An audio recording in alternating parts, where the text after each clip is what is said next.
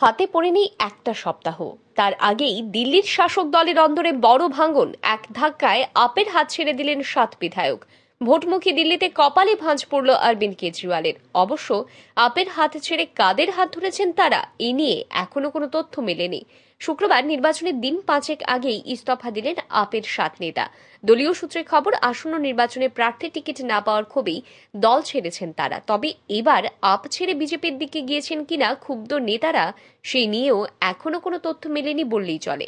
নরেশ কুমার, রোহিত কুমার, রাজেশ ঋষি, Madanlal, Pawan Sharma, Bhupinder Singh June ও ভাওয়া গোদ গত নির্বাচনে প্রত্যেকেই আপের টিকিটে দাঁড়িয়ে বিধায়ক হিসেবে নির্বাচিত হন, কিন্তু চলতি বছরের টিকিট না মেলায় দলের বিরুদ্ধে ক্ষোভ প্রকাশ করেন তারা। এই 7 বিধায়কের মধ্যে ভূপিন্দর সর্বপ্রথম রাগের বশে দল ছাড়েন, তারপর তার দেখা দেখি বাকিরাও সেই পথে এগুন বলেই খবর আপ সূত্রে। সম্প্রতি পাঞ্জাব আদালতে দোষী সাব্যস্ত হয়েছেন ক্ষুব্ধ বিধায়কদের মধ্যে একজন নরেশ কুমার। 2016 সালের একটি মামলায় 2 বছরের জেলও হয়েছে তার।